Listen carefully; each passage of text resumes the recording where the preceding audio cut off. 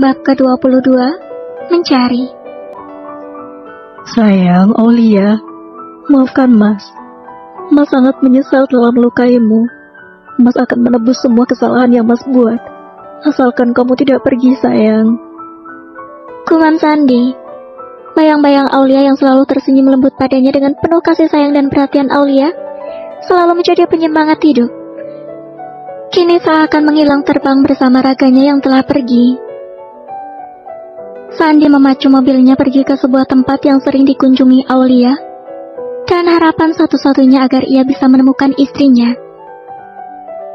Sandi mendatangi butik Permata Collection, tempat satu-satunya di mana dia bisa mendapatkan alamat yang saat ini dikunjungi oleh Aulia di Yogyakarta. Sita menatap Sandi yang terlihat sangat kacau dengan tatapan kebencian. Gadis itu menghela napas. Sebenarnya Sita merasa kasihan terhadap Sandi yang sedari tadi terus saja merengek. Tapi dia sudah berjanji pada Aulia. Mas, bukannya saya tidak mau memberi alamat tempat itu, tapi saya memang tidak tahu, ucap Sita sinis. Aku tidak percaya. Kamu pasti tahu karena ada hubungannya dengan acara fashion show. Tolonglah bantu aku. Hanya kamu yang tahu keberadaan Aulia. Aku tidak bisa kehilangannya. Sandi memohon sambil menangkupkan kedua tangannya di depan dada.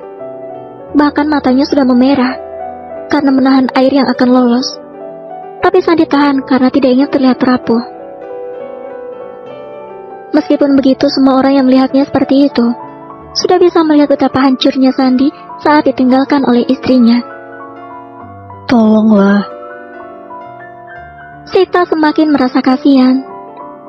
Sepertinya Sandi memang benar-benar mencintai Aulia.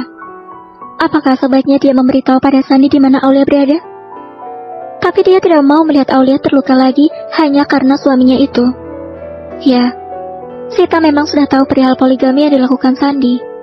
Membuat Sita meradang dan hanya bisa mengumpat. Mau bagaimana lagi? Tidak mungkin kan Sita bisa melawan pria seperti Sandi Prayoga? Maaf Mas, sebenarnya aku tidak mau kamu ketemu sama Mbak Aulia. Dan aku juga sudah berjanji. Tapi sepertinya kamu terlihat sangat sedih. Aku hanya akan memberitahukan alamat di mana acara fashion show itu akan dilangsungkan. Tapi acaranya masih 10 hari lagi. Dan tentunya maaf, dia belum berada di sana karena katanya mau menginap di rumah sahabatnya. Sandi sangat senang. Tidak apa-apa, yang penting dia sudah tahu tempat yang akan Aulia kunjungi. Kemudian Sandi pergi dari butik itu setelah mengucapkan terima kasih pada Sita. Sebenarnya aku merasa kasihan kepada Mbak Aulia. Sudah dihianati suaminya sendiri. Bahkan wanita itu sampai hamil. Kok bisa ya masih cinta? Tapi aku mendukung keputusan yang terbaik aja deh. Selebihnya aku hanya bisa mendoakan mereka berdua, gumam Sita. Aulia sampai di kota Yogyakarta setelah menempuh perjalanan 1,5 jam lewat perjalanan udara. Rencananya dia akan menginap di rumah salah satu sahabatnya di kota Bantul. Aulia memesan taksi online untuk pergi menuju kota selatan Jogja itu. Sejak masuk ke dalam pesawat, ponsel Aulia dinonaktifkan dan baru akan membukanya pada saat dia sudah berada di dalam taksi.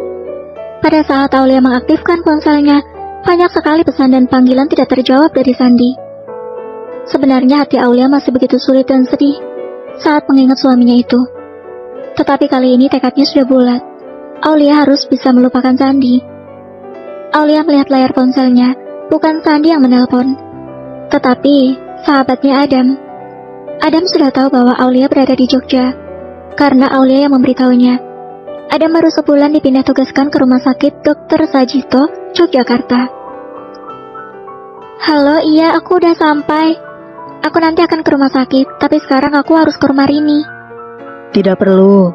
Aku yang akan menjemputmu di rumah Rini. Kamu tinggal share aja alamat Rini.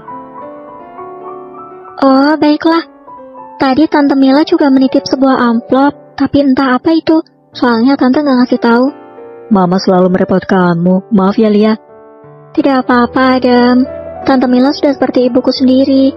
Mudah-mudahan bisa menjadi kenyataan. Amin. Terdengar tawa Adam di seberang telepon. Apa maksudnya? Aulia benar-benar tidak paham.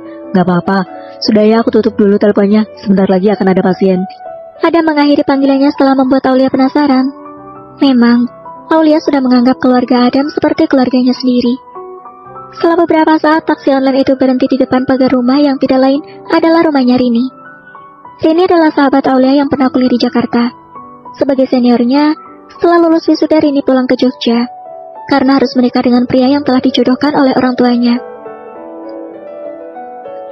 Assalamualaikum. Aulia mengetuk pintu setelah sampai di depan rumah lumayan besar bercat oranye. Waalaikumsalam. Seorang wanita cantik keluar dari dalam rumah setelah membuka pintu. Akhirnya kamu datang juga, Lia. Maaf tidak bisa menjemput, anak-anak rewel.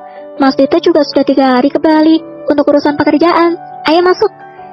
Rini menyuruh Aulia masuk ke dalam rumahnya. Rini memang sudah menikah dan memiliki anak kembar yang masih berusia 10 bulan. Maaf merepotkanmu, Rin. Aku tidak lama kok di sini. Nanti kalau acara eventku sudah mulai, aku akan mencari tempat tinggal. Ucap Aulia. Iya, nggak apa-apa kok yo.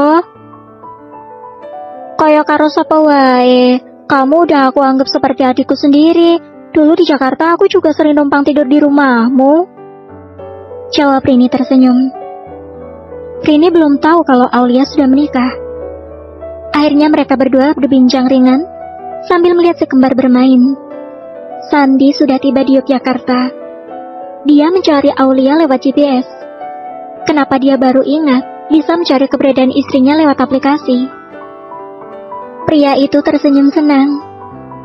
Sebentar lagi, dia akan menemukan sang istri dan meminta maaf padanya. Sandi juga akan mengatakan semuanya pada Aulia, bahwa dia dan Renata sudah berpisah. Sayang, kita tidak akan pernah bercerai. Bersama